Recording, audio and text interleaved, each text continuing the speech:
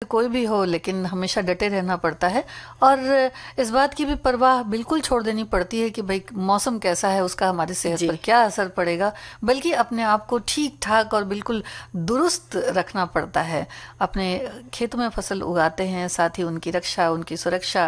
और देखिए ना, वो बनाते हैं ना ऊपर मचान, उस पर भी बैठते हैं कि मतलब रात में उसकी पुतला भी खेत में लगाया जाता है ना? जी जी हाँ। और इस तरह से फिर आगे जो फसल है वो लहलहाती है, पकती है, तो फिर रौनक ही रौनक हर तरफ होती है, चाहे किसानों के चेहरे पर हो, चाहे फिर एक जो धन धान्य से भरा हुआ जो गोदाम होता है या जो खलिहान होता है, उसमें बहुत ही मौज मस्ती फिर हो जाती है। और इन बातों का तो जहाँ तक है ठीक है, लेकिन जो अन्न है उसका एक भी दाना बर्बाद न हो, ये बहुत महत्वपूर्ण बात है। बिल्कुल सही। और जब ये अन्न हम तक पहुँचता है तो हम जितना खाना है हम उतना ही उसको थाली में परोसें और उसको पूरी तरह से खा लें। ऐसा नहीं है कि उसमें से आधा लिया और आधा छोड़ दिया। बिल्कुल ऐसा नहीं होना क्योंकि चाहिए। देखा जाए तो कोई भी चीज है वो छोटी से छोटी अगर आप छोड़ते तो वो किसी की जरूरत की भी चीज होती है। हाँ। लेकिन हमको ध्यान रखना है कि हम उतना ही लें जितना हम खा सकते हैं। अन्न की बर्बादी बिल्कुल भी नहीं करनी चाहिए। और हमारे एक श्रोता भाई लिखते हैं कि सर्दी, गर्मी और बरसात की परवाह किए बिना हमारे लिए अन्न उपजाने वाले मेरे सभी कृषक बंधुओं को शत शत नमन और राष्ट्रीय किसान दिवस की बधाइयां भी दी है। और देखा जाए तो हमारे जो किसान भाई लोग हैं उनको उस तरह से मदद की जाए जिससे कि वो लाभ उनको मिले, और जब उनको लाभ होगा तो हमें भी लाभ होगा, क्योंकि उनकी मेहनत रंग लाएगी तो वो फसल बेचेंगे और वो हम तक आएगी, हम खरीदेंगे, तो एक दोस्ताना व्यवहार हो जाता है इन रिश्तों में।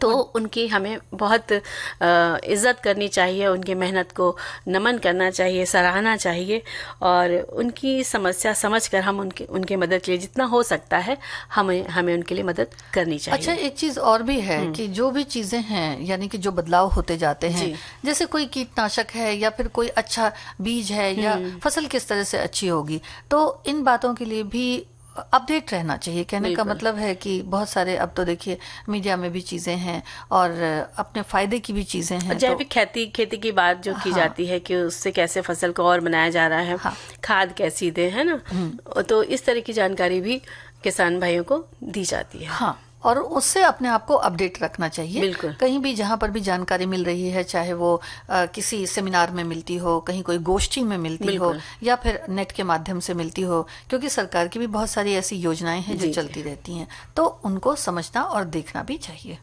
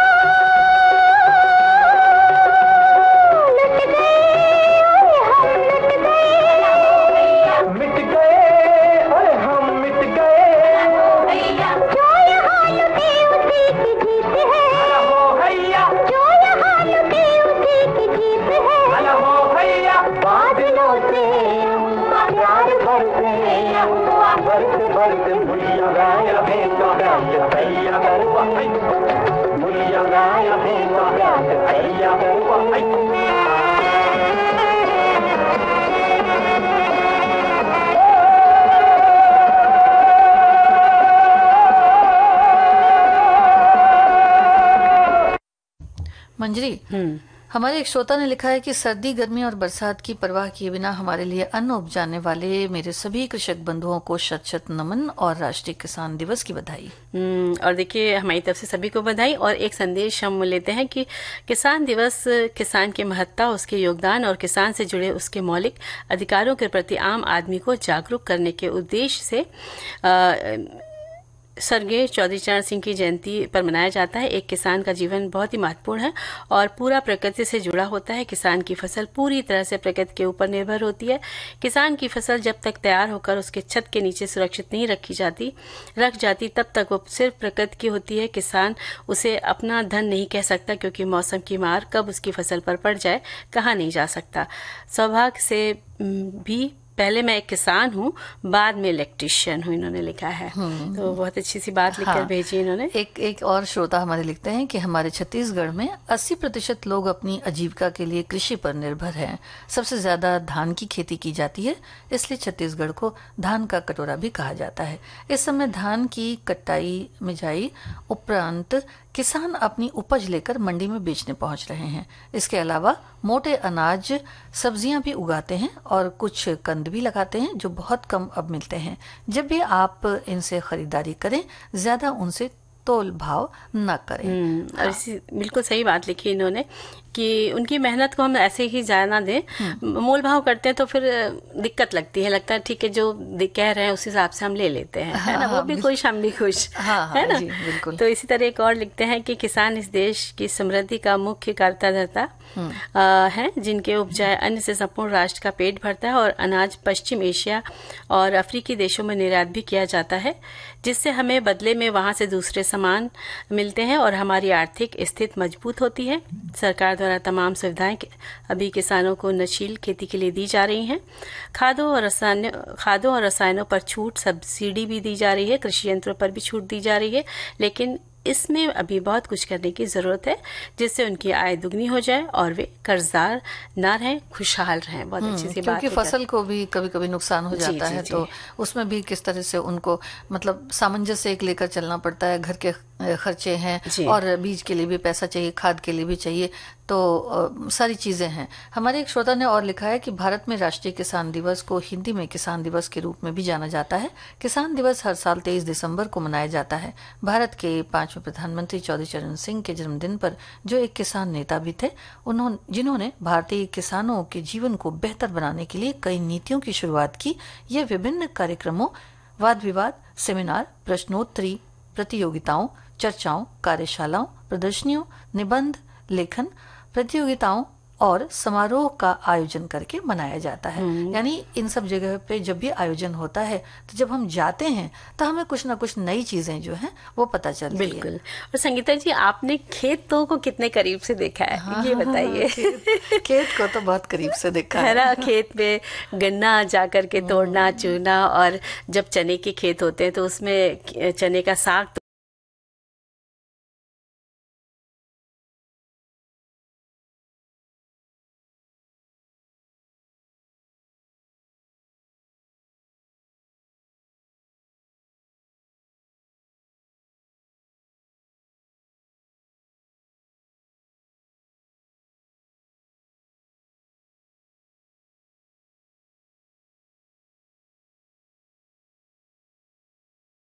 दे भी देते थे घर के लिए कि घर में जाना, तो वो दिन बहुत अच्छे लगते। और जब हमारे घर के खुद के खेत में जब बैल आता था जोतने के लिए, लाया जाता था फसल के लिए, उगाने के लिए, तो जो उसके पीछे एक वो लगा रहता है मिट्टी बराबर करने के लिए, लकड़ी का पट्टा सा लगा रहता है, तो हम लोग छोटे थे, याद है हम लोग उस पर बैठ जाते थे, भाई बहन हम लोग, और वो चलता था और हम लोग कई बार लद लद उस पर गिरते थे मिट्टी में, तो कपड़े भी गंदे होते थे। लेकिन मेरे डैडी कहते थे नहीं, इन बच्चों को ऐसा आनंद मिट्टी में खेल खेलने का, गिरने का लेने दो, क्योंकि ये बाद में इनको नहीं मिल पाएगा। तो सच बात है, उनकी याद आती है कि आज हम उस तरह से नहीं हो पाते हैं, जा पाते हैं, देख पाते, कर पाते, लेकिन वो दिन बड़े सुहाने थे खेतों के। तो वही तो बात है कि मोबाइल जो है अब काफी काम कर रहा है। हाँ, और जब धान की खेती होती है, जब वो सब लोग मिलके, औरतें हैं, बच्चे, जो युवा हैं, भाई लोग हैं, वो लोग जब खेती करते हैं, जो पौधे लेके धान के रोपते हैं, तो उसका भी बड़ा मजा आता था। हम लोग तो थोड़े थोड़े सीखते थे जा करके। तो इसका अपना ही एक अलग मजा है खेती का। और जब नई फसलों की तो महक जब उड़ के हवा में आती है तो मजा आ जाता है। और आजकल तो बहुत देखिए खेतों में सरसों लगी हुई है जी, और पीली सरसों तो कितनी सुंदर लगती है। मार्च में ये बड़ी सुंदर सी दिखाई पड़ेगी। जनवरी बस मन करता है चले जाएं खेत के पास, फोटो खींचे। तो पास से प्रकृति को देखना, निहारना, इसका अपना ही सुकून मिलता है, अनुभव है। और सुकून हमें गाने से भी मिलता है। गीत सुन लेते हैं।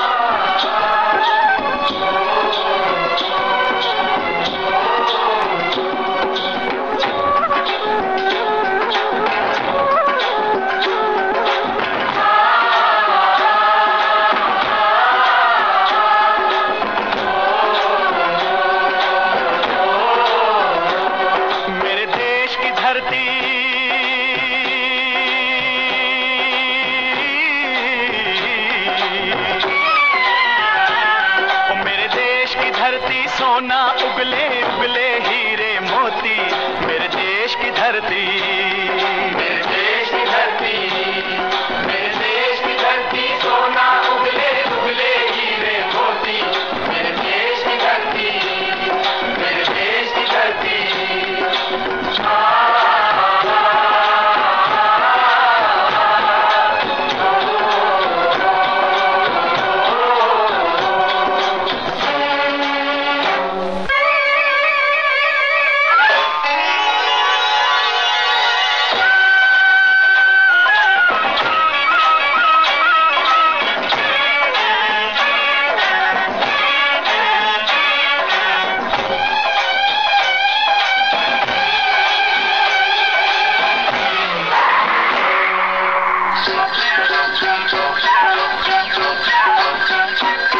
बैलों के गले में जब घुंघरू जीवन का राग सुनाते हैं, जीवन का राग सुनाते हैं, गम को सो दूर हो जाता है, खुशियों के कमल मुस्काते हैं, खुशियों के कमल मुस्काते हैं।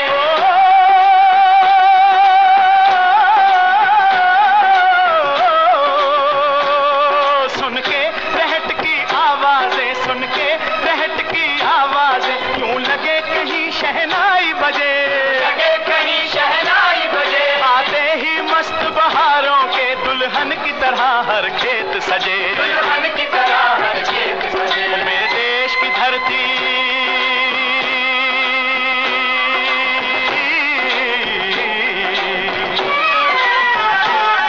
मेरे देश की धरती, सोना उगले उगले हीरे मोती, मेरे देश की धरती, मेरे देश की धरती।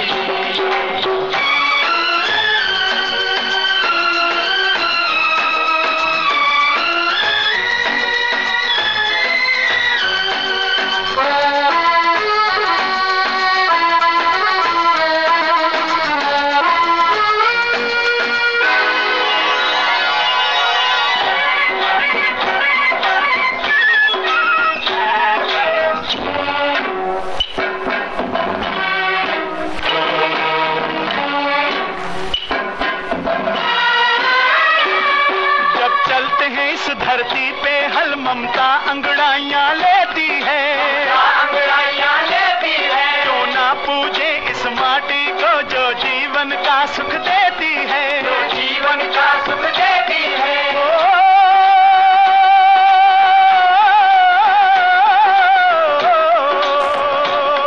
इस धरती पे जिसने जन्म लिया, इस धरती पे जिसने जन्म लिया, उसने ही पाया प्यार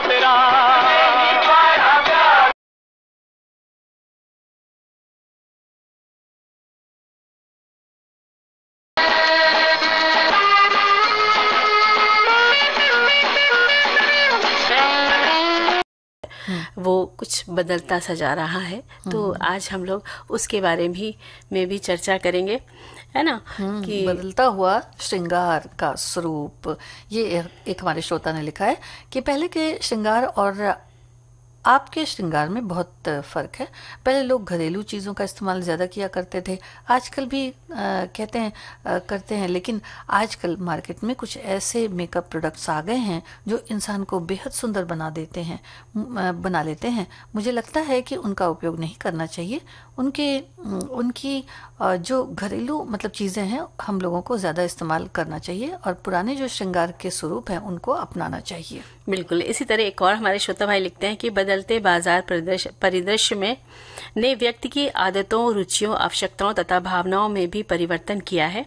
आज उनमें उपभोक्तावाद हावी है। कपड़े, जूते, श्रृंगार सामग्री व्यक्ति की आवश्यकता बन गए हैं। उसके क्रय निर्णय में वस्तु की गुणवत्ता और तथा टिकाऊपन के स्थान पर वस्तु के रंग, रूप और आकार को अधिक प्राथमिकता मिलने लगी है। व्यक्ति में स्वदेशी उत्पाद के क्रय की भावना का ज्यादा महत्व नहीं रहा है। कितनी सटीक सी बात लिख कर भेजी है। हाँ। बहुत अच्छे कमेंट्स हैं हमारे श्रोताओं के। एक और श्रोता ने लिखा है कि श्रृंगार का बदलता स्वरूप। भाई ये तो बहुत ही अच्छी बात है। इस सृष्टि में जब कुछ ही पल प्रतिपल बदल रहा है, ऐसे में श्रृंगार भला बिना स्वयं को बदले कैसे रह सकता है। वैसे ये ध्यान रखने योग्य तथ्य है कि क्या ईश्वर ने हम सबको अश्रृंगारिक बनाया है? फिर यदि ऐसा है तो फिर ये श्रृंगार है क्या? लाली तो हर जीव की प्राकृतिक निशानी है, फिर चाहे वो बाहर से ही काला क्यों न हो। सभी के रक्त लाल हुआ करते हैं, फिर लिपस्टिक, पाउडर और क्रीम से क्या श्रृंगार किया जा सकता है? सुना है कि लज्जाशील, संकोच जैसे गुण ही आभूषण हुआ करते हैं। फिर ईश्वर ने जब सभी को अपने श्रृंगार से नवाजा है तो उसे आत्मसात करने में आखिर बुराई क्या है? लेकिन ध्यान रहे कि ये संसार है और हम एक दूसरे को की देखा देखी में रहने के अभ्यस्त हैं, और ऐसा करते रहना अपनी कमियों का द्योतक है, न कि वास्तविक श्रृंगार। बिल्कुल सही सी बात लिखकर भेजी है इन्होंने। और एक छोटा सा कमेंट ले सकते हैं। हाँ, बिल्कुल। ये लिखते हैं कि जैसे अभी जो आपने संदेश पढ़ा ना, तो उसमें जो सादगी की बात करी है वो बहुत अच्छा। सादगी में तो सुंदरता सबसे अच्छी लगती है, लेकिन आजकल चलन में हम सभी लोग इस्तेमाल करने लगते हैं श्रृंगार के साधन प्रसाधन, जो भी चीजें मिलती है बाजार से लाते हैं ना, तो उसका तो शौक है, वही सबको तो करते हैं। एक चीज देखा है मंजरी कि वो थोड़ी देर के लिए तो बड़ा ग्लो आता है। हाँ, उसके बाद फिर वही जैसा इन्होंने कहा है ना कि देखा देखी। हाँ, तो यही चीज होती है कि अगर हम सादे हैं तो भी नहीं अच्छा लगता है, तो लगता है थोड़ा सा कर ले। हाँ, लेकिन अभी समय हो चला है ब्रेक का।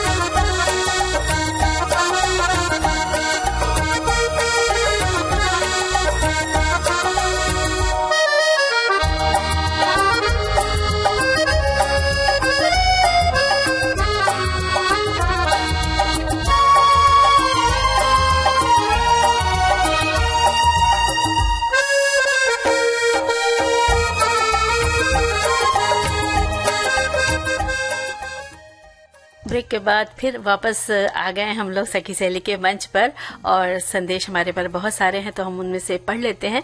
एक लिखते हैं कि केश सज्जा बाल संवारने हर युग ने अपने तरीके और प्रकार थे। स्नान के बाद केशों से जल निचोड़ा जाता था। स्नान कराते हुए, वस्त्र धारण कराते हुए, केश से जल निचोड़ते, प्रसादन करते हुए, चेहरा दर्पण में देखते हुए आदि अनेक दृश्य पत्थर की मूर्तियों और चित्रकला में देखने को मिलते हैं। वाकई बहुत सी खूबसूरती को चित्रकला के माध्यम से और पत्थरों पे उकेरा गया है, जो आज भी हम देख करके हमें लगता है कि उस समय के श्रृंगार में क्या सादगी सौम्यता थी और आज के उसमें क्या सौम्यता है, क्या जो भी सादगी कह लें, फैशन, आधुनिकता कह लें। हाँ। है ना। और इसी तरह हमारे एक और संदेश में लिखते हैं, श्रृंगार, सौंदर्य, प्रेम की अभिव्यंजना हर युग में प्रचलित रही है। इनके बदलते स्वरूपों ने फैशन का रूप धारण किया है। देखा जाए तो ये सभी धारणाएं प्राचीन काल से ही हमारी संस्कृति का हिस्सा रही हैं। श्रृंगार और फैशन हर समाज में प्रचलित रहे हैं। वेशभूषा और इसका बदलाव भी श्रृंगार का अंग है। नारी ही नहीं, पुरुष भी सुंदर दिखने के लिए युगानुसार श्रृंगार का परिधान धारण करते हैं। बिल्कुल सही। विविध भारती पर धूम मचा रहा है हेलो फरमाइश। मुद्दत से दूर थे तुम हम, एक जमाने के बाद मिलना अच्छा लगा। जब से ये प्रोग्राम बंद हुए थे ना, तब लोग चर्चा शुक्रवार को दिन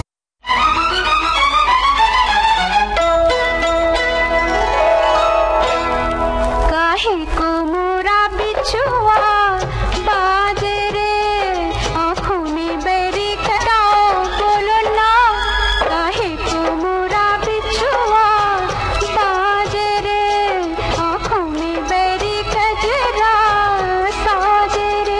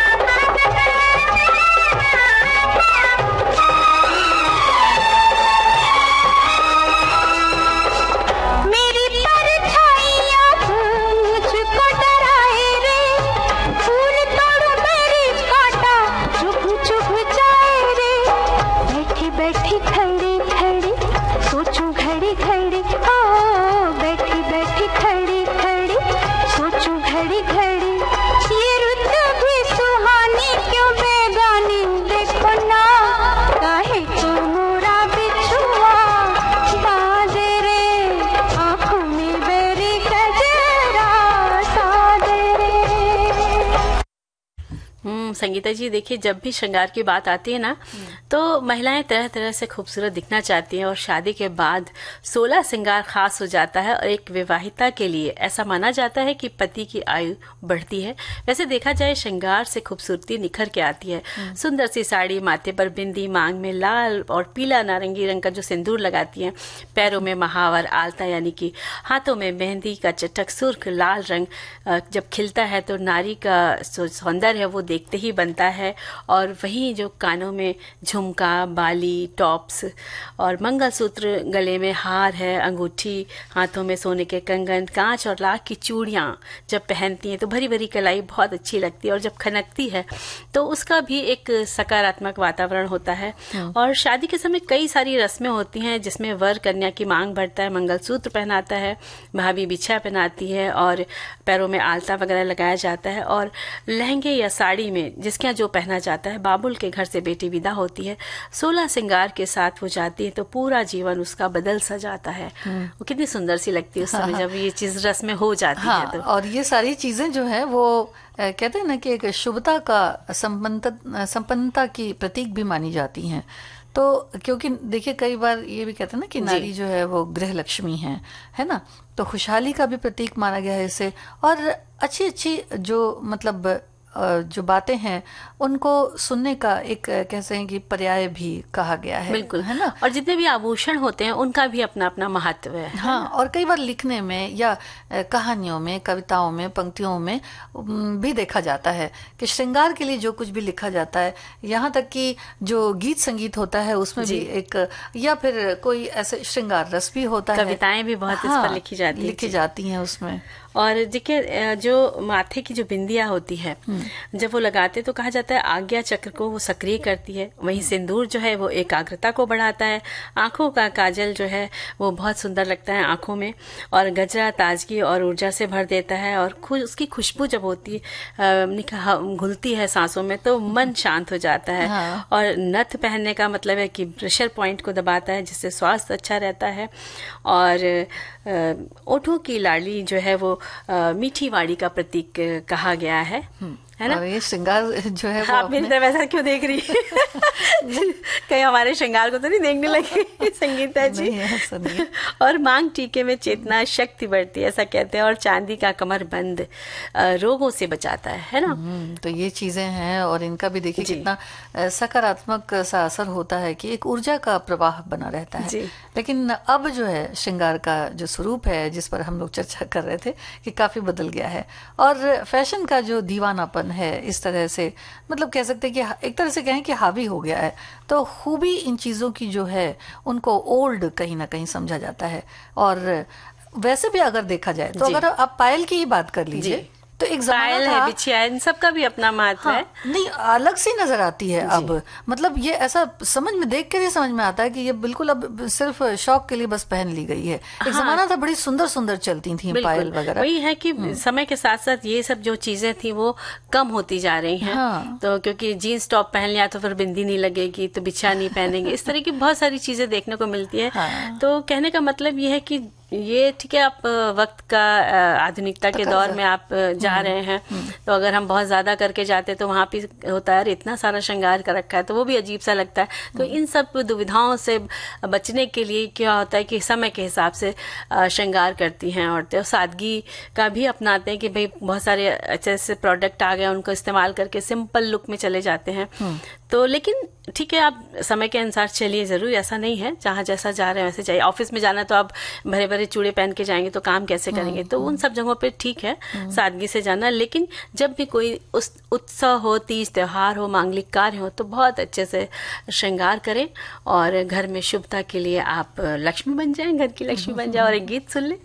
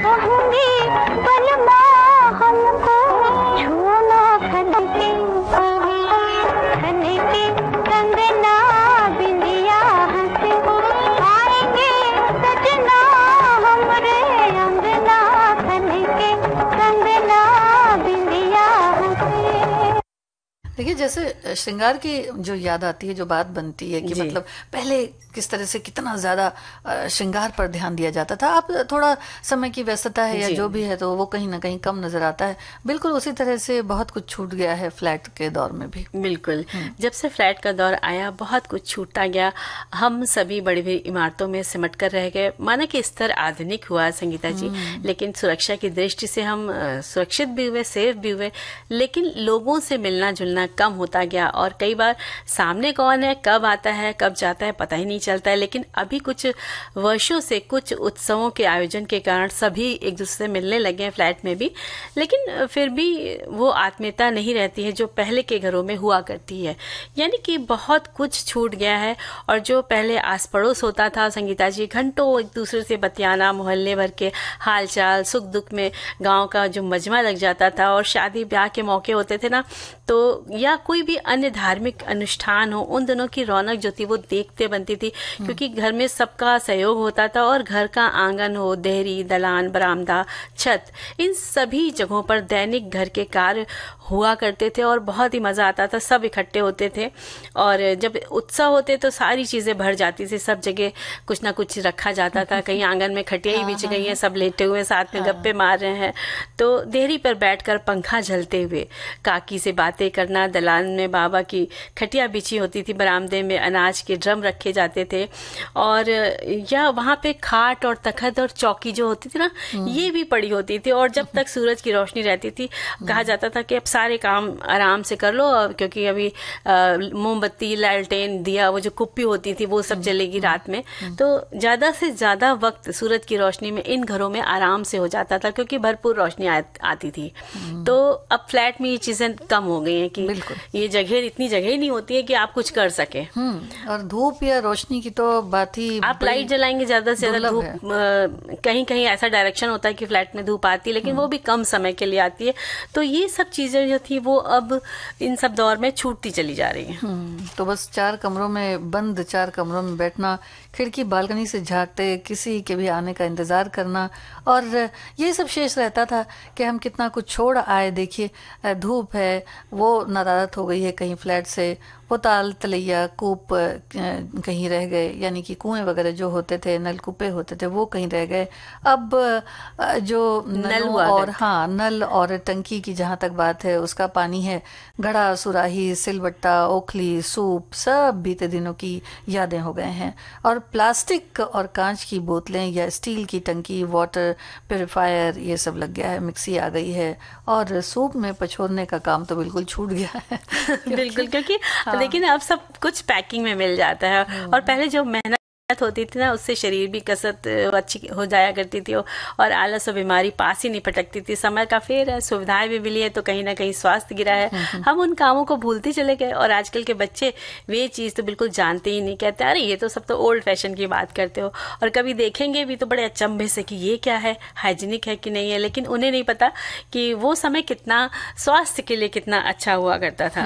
और फ्लैट्स भी बहुत बन गए, तो देखिए वृक्ष भी कम हुए, जंगल भी कम हुए, कहीं ना कहीं बहुत ज्यादा अत्यधिक कटाई हुई है, पशु पक्षी भी कम दिखने लगे हैं, हरियाली का भी बहुत कम ही, दुर्लभ कहते हैं, हो गई है।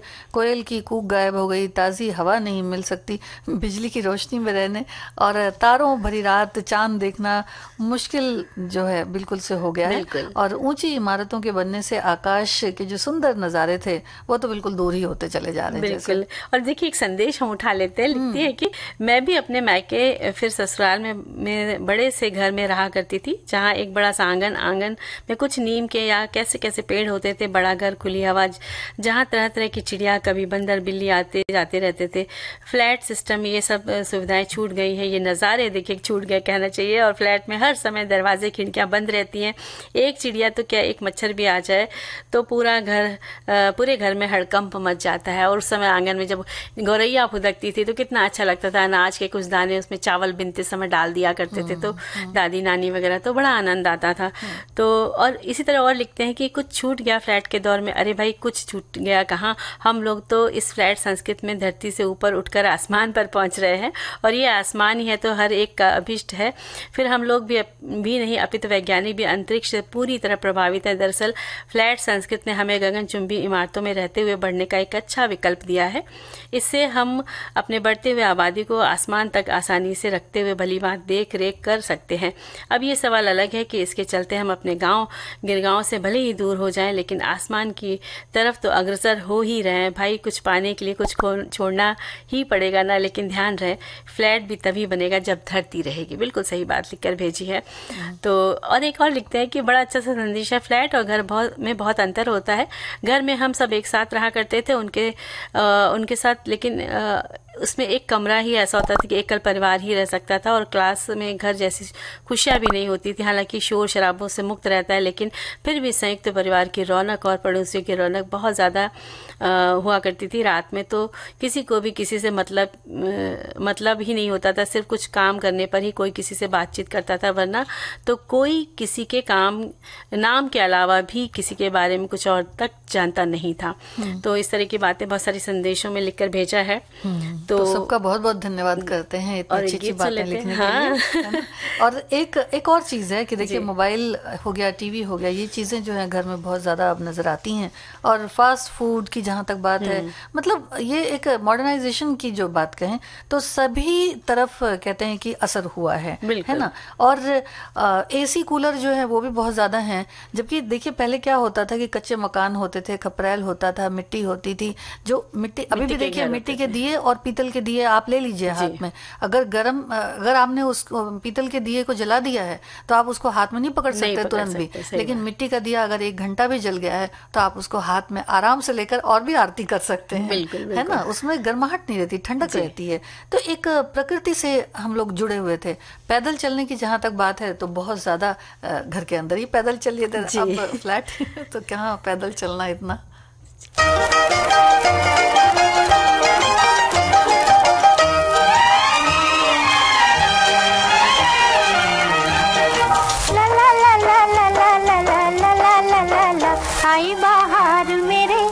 आई बाहर मेरे अंगना में आली, डोलू में बनी फूलों की डाली। ओ आई बाहर मेरे अंगना में आली,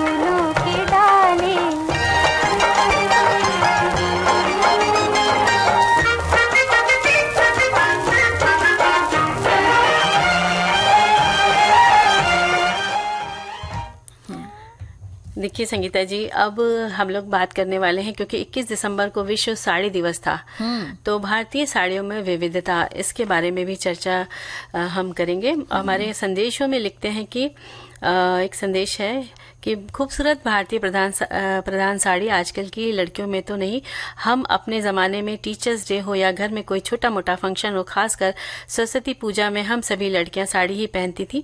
अगर वह साड़ी घर में नहीं उपलब्ध है तो सहेलियों की, भाभी से, उनकी मम्मी से, मौसी से साड़ियाँ लेकर हम पहनते थे।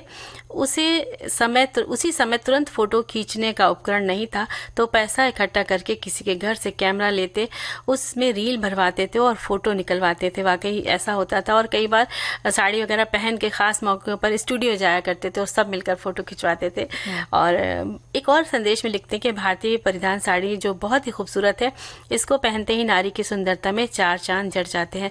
मेरी भी पहली पसंद साड़ी ही है। पूजा अर्चना का कोई कार्यक्रम हो, उसमें साड़ी पहनना पसंद करती हूँ। शादियों में भी 1-2 कार्यक्रम में साड़ी ही पसंद होती है। शादी से पहले ही मैंने साड़ी पहननी शुरू की थी, अब तो बेटी को भी पहनने की सलाह दी है। थोड़ी मुश्किल जरूर होती है संभालने में, पर धीरे धीरे आदत हो जाती। मेरी शादी संयुक्त परिवार में हुई तो मैंने बहुत सालों तक घर में भी साड़ी पहनी, फिर अपनी सासू जी से परमिशन लेकर घर में सूट पहनना शुरू कर दिया। वाकई सुविधा के अनुसार सब बदलते गए। तो एक गीत सुन लेते हैं।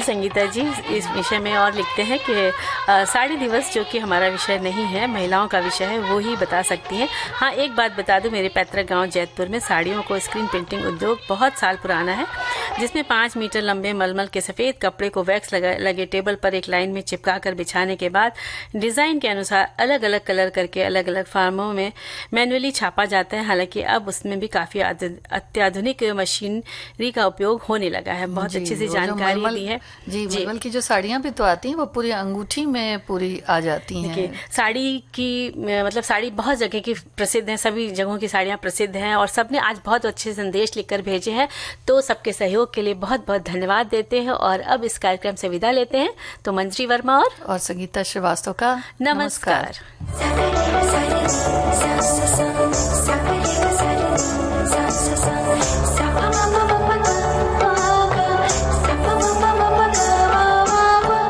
कार्यक्रम की प्रस्तुतकर्ता अनुश्री पाठक।